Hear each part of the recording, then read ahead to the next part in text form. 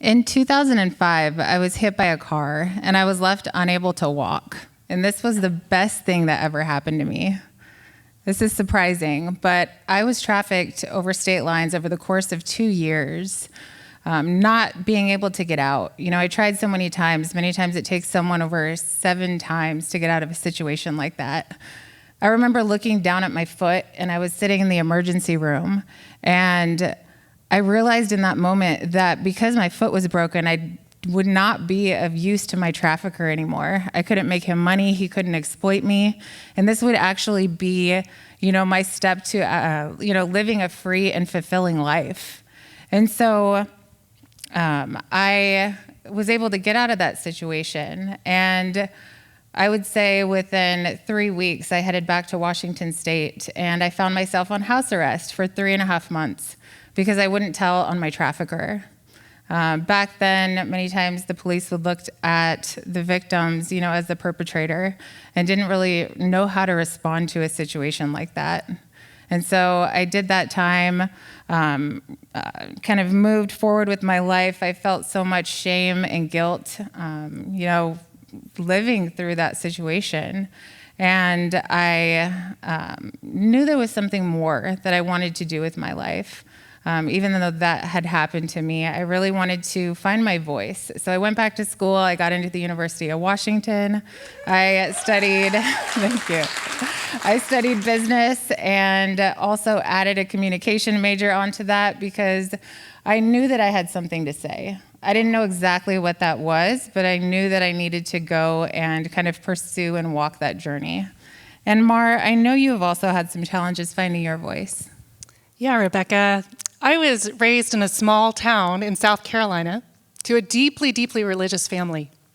So when I was in my 20s, I decided to go on and study religion, and I had the opportunity to earn a PhD at the University of St. Andrews in Scotland in the area of theology and human rights. Then I got the opportunity to teach graduate and undergraduate students, and I was the only young single female in my department in place after place. And almost all of my colleagues were always older white men.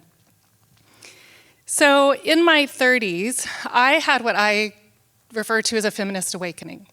I started to realize and see all of the patriarchy all around me in the ways that I was actively being silenced, in the ways that I was silencing myself and my own voice. So with external sexism, it's really hard, right, when others are silencing you. But what I found the most corrosive was internalized sexism. It was my own self-silencing. So I realized that I needed to leave my career. I realized that in order to find my voice, in order to find myself, I actually needed to be in a different environment. So I made a bold move. I moved to Seattle. I turned down a tenure-track position, and I started trying to figure out what was next for me. So bold moves are really terrifying, and that one was a hugely terrifying move. And Rebekah, you also made a bold move when you left your trafficker. So what happened as a result of making that move? I did, and it took over a decade, almost 2 decades, to even realize what had happened to me.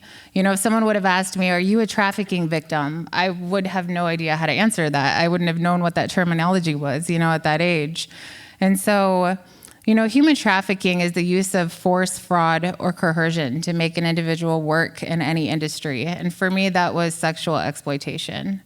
And so I remember when I was in college, I was nearing my senior year, and I needed an internship. But the reality was that I had an extensive criminal record from being arrested so many times, for not telling on the trafficker. And so I reached out to a friend because, I had all these big goals and dreams of all the things I wanted to do after I finally got my degree. And it was very clear to me that I wouldn't be able to attain any of those things because of that criminal record. And so one of my friends connected me with the CSEC task force, this acronym, the Commercial Sexual Exploitation of Children Task Force for the Superior Court. And I was able to attain a 9-month internship, and that just completely changed my life. I was able to learn about what happened to me, learn about what trauma is, how this happens. I wasn't just a kid who did something bad. I was coerced and I was manipulated into that life. So that experience was life-changing for me. I realized the impact of the voice that, survivors have. It's unique and it's important as we move forward with any anti-trafficking efforts in our community. During that time, I was connected with Legal Hope, which is a nonprofit based in Washington State. And they connected me with a pro bono attorney. And he had me sit down and write my story. And just doing that, I had to kind of relive and re-experience what had happened to me. But, just seeing that reality was so healing for me as well, to really, truly understand that. And I sat in front of a judge when I was going in for vacatur, and she said to me, Rebekah, everything that you've done, in your career so far and the community working towards efforts toward this, I'm so sorry this happened to you. I'm proud of what you're doing. I'm going to grant you vacatur, but also seal your record. And so that's something that was very rare. I became the first person in Washington State to vacate their criminal record completely under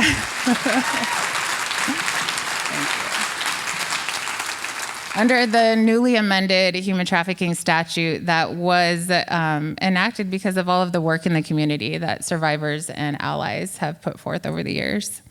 Mar, what happened for you after your bold move to leave your career in education?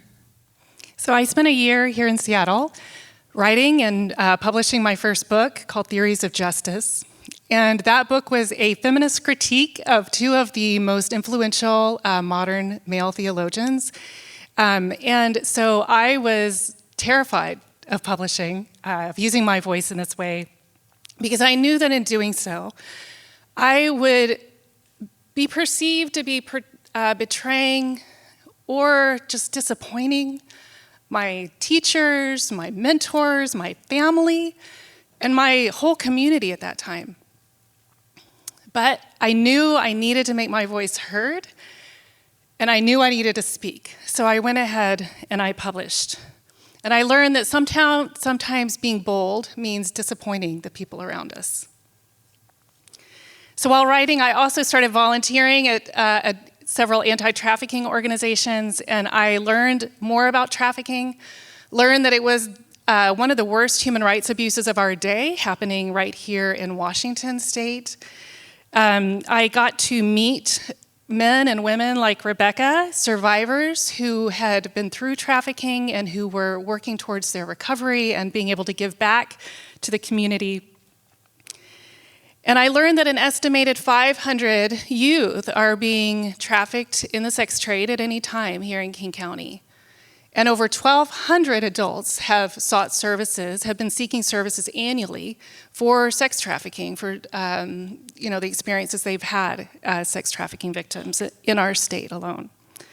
So the issue is largely misunderstood. The voices of trafficking victims are made, often silenced, and silenced by stigma, silenced by criminalization, just like what happened with you, Rebekah. So in 2011, I had the opportunity to start BEST, Businesses Ending Slavery and Trafficking. And BEST is a nonprofit organization. Our work is towards prevention. That's our mission, is to prevent trafficking from happening. And to do that, we educate employers and employees who are on the front lines of trafficking. So those in the hotel industry, rideshare, airports, all the folks that would see trafficking before law enforcement would see it and would be able to potentially assist victims to get out of those situations or to prevent it from happening in the first place. The other thing that we do at BEST is we help survivors to get employment after they've been in situations of trafficking. So I personally have found deep, deep healing and joy as a result of doing this work, because I've been able to create spaces where survivor voices have been able to be heard. And given my own difficulty finding my own voice, that has been incredibly rewarding to be part of the lives of women like Rebekah and these amazing, amazing survivors in our community. What we do at Best is that we create this online training, and we center that online training around survivor voices. That's what we hear over and over and over, is it's the survivor stories that really stick with people, that create empathy, and that create that social change. So it's the survivor voices that are creating change so that survivors, other victims are being identified and assisted to get out of the situation that they're in. And several years ago, we hired you, Rebekah, and you were amazing as a full-time employee and now as a consultant for Best. And over the past decade, our team, and with your help, we've educated over 175,000 people. Yeah.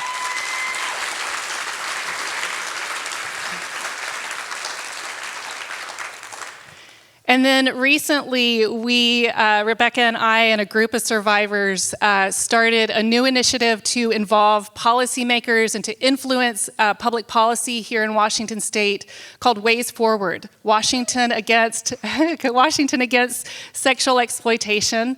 And we have been working to enact and create and enact laws that are going to support survivors and victims throughout the state.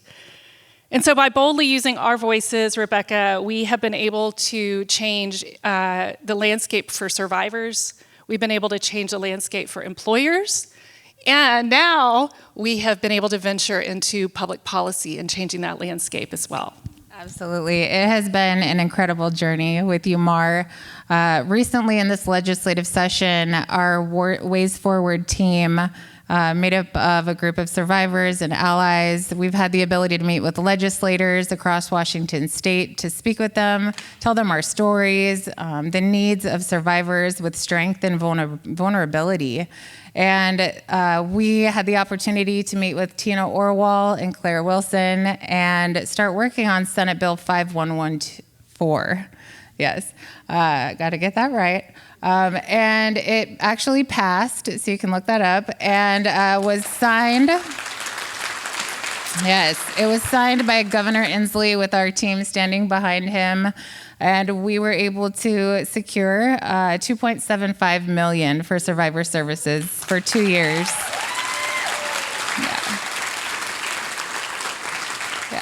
And this is what being bold looks like, being able to stand up and say, even if, something horrible happened to me in my past, you can overcome that. You can move forward. Even if you don't know what that is, when I started walking, I didn't know exactly where I was going. And so just keep putting one foot in front of the next. If you ever feel like your voice has been silenced, just know that you can reclaim your voice, because we did, and so can you.